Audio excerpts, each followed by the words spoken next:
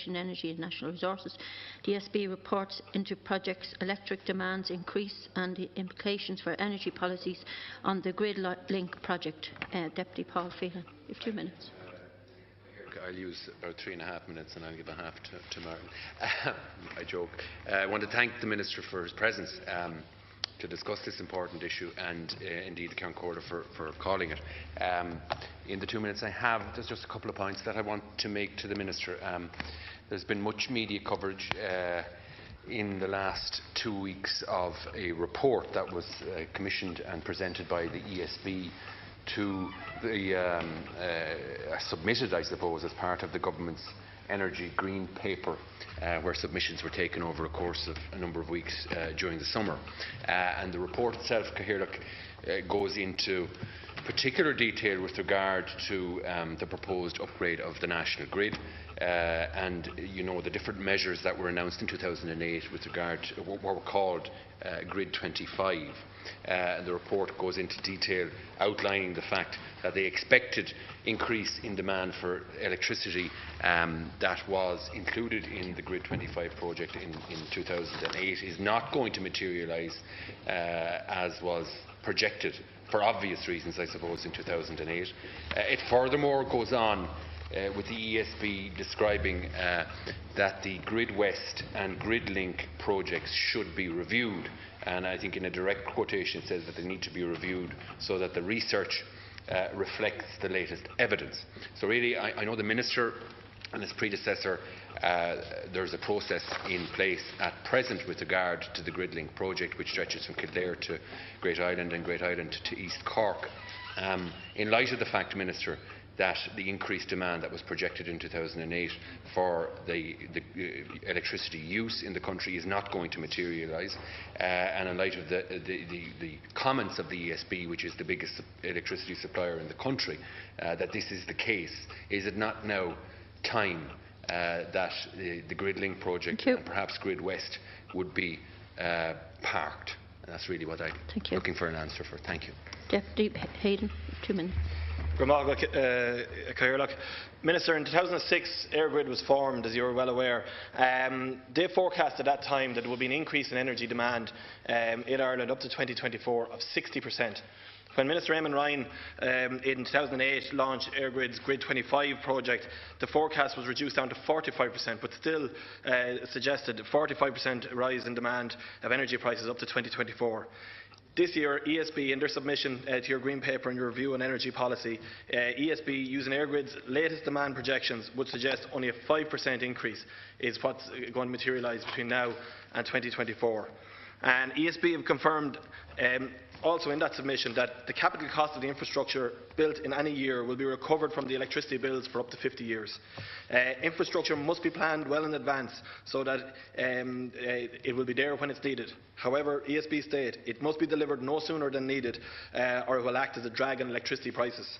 There's two key stakeholders in this, Minister. There's those communities lent and breadth to this country that you're aware of their concern, who are in the route corridor of potentially Gridlink and Grid West, who have grave concerns about pylons being in their areas and high voltage tension lines. There's also the people who are going to pay electricity bills, both businesses and residential customers alike, for the next 50 years.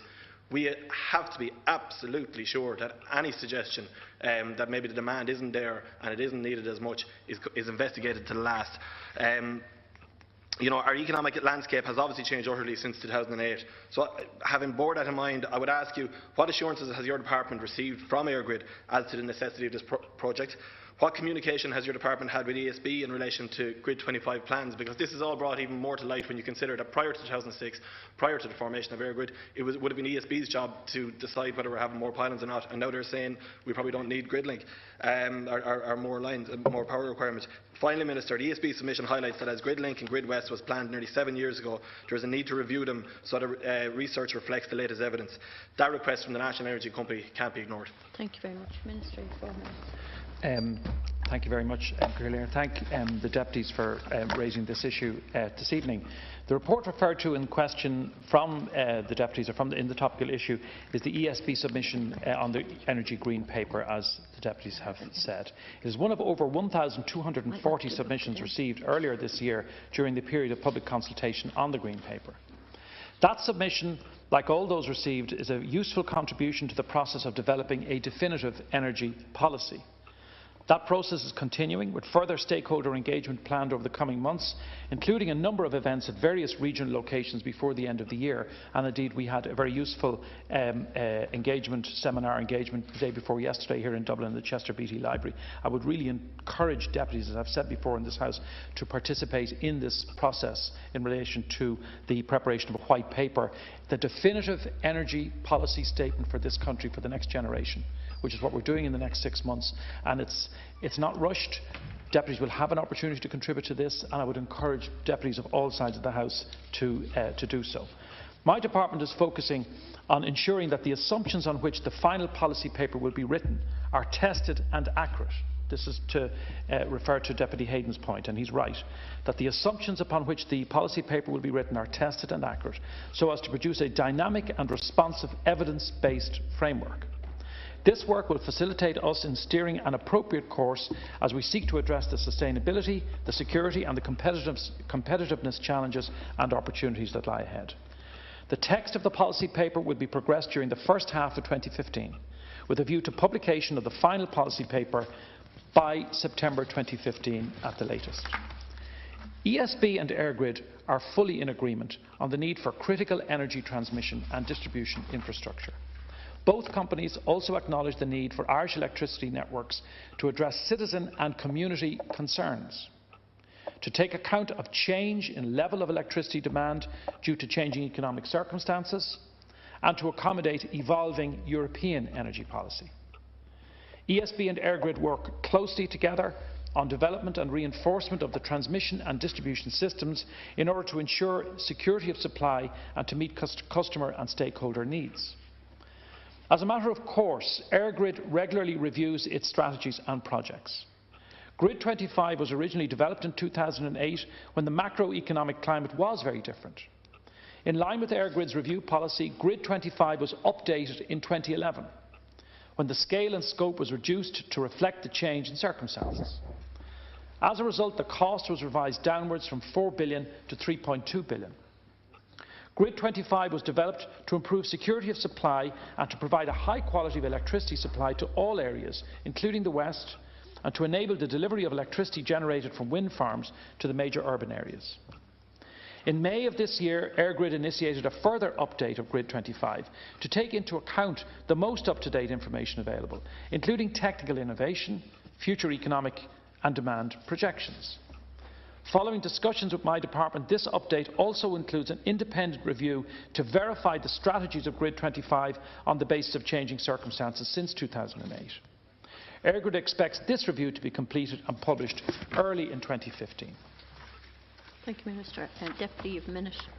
Thank you. I welcome the Minister's answer, and actually I suppose that the last sentence when he speaks of the fact that the review is to be published in early 2015. Obviously a lot of things have happened since 2008. There's an interesting paragraph in the middle of his response where he speaks of the ESB and EirGrid working closely together, and you would assume that they would work closely together.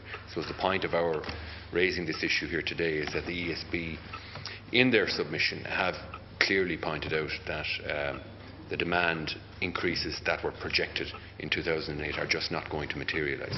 And I hope and would fully expect that the EirGrid's review to be published early next year would take into account that demand is not going to be there as was expected in 2008. And therefore, particularly for Gridlink and Grid West, that really the demand doesn't exist at present. I think people in those communities that are directly affected have a legitimate expectation that their views would be listened to and heard to, but they also now those views are being echoed, I suppose, by the Electricity Supply Board in their submission, and it would be our hope that that would be reflected in the final report at the start of next year. Deputy Martin or Hayden, sorry. I'd like to thank the Minister for his comprehensive reply and say that, if we have a white paper in early 2015 that says the demand is not what it was thought it was, and that we can't have a lag on our electricity costs by building infrastructure that isn't needed, then obviously the mechanism has to be there for EirGrid to halt their plans with Gridlink and Gridwest, and that seems to be where ESB are coming from now. In relation to the wind energy, Minister, there was 182 wind farms are currently constructed around the country, 188 in planning and development. ESB in their report estimate that we need just over another 1,000 megawatts, while we have 2,200 megawatts here already. The CEO of the Irish Wind Energy Association disagrees and says that we need to almost double our output. You could say they would say that, wouldn't they? So I would just say, many commentators say that the wind lobby has been very effective in selling wind to us on a policy level. Again, I would hope that the wind energy element as well as the power requirements element will all be taken on board by your department in the white paper, and that when that white paper is published, it will have an impact on our wind policy energy in relation to the proposed wind farms around the country, as well as Grid 25 and in particular Gridlink. Thank you. Minister, 2 minutes. Thank you, Caerleigh. Well, I want to just reiterate that the ESB submission that the deputies referred to will be considered together with all of the other submissions received as part of the consultation process, and will contribute to the development of a new energy policy for Ireland. It's important to understand that ESB and EirGrid are fully in agreement on the need for critical energy infrastructure, including both transmission and distribution infrastructure. I think it's important also to recall what I said earlier, that yes, the projections in relation to demand changed, and in fact to the extent that they did between 2008 and 2011, they've been taken into account in terms of the work that's been done. And also one of the deputies referred to, used the phrase demand at present. And the issue of demand is a dynamic thing. So we can look at 2008 and we look at 2011, and we're in 2014 today. The challenge is to project forwards 3 years, 7 years, 10 years, and to look and to try to predict as best we can what the demand will be in 3, 5, 7 and 10 years' time.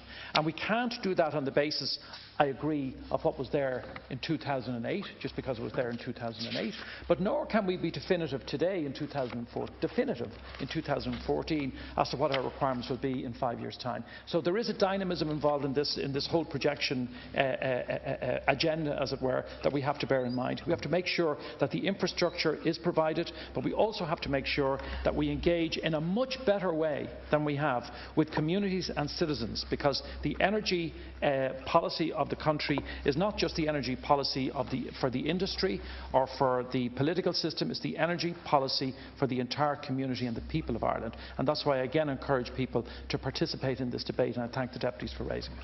Thank you much. The next topical issue is Deputy Terence Flanagan and Deputy Dail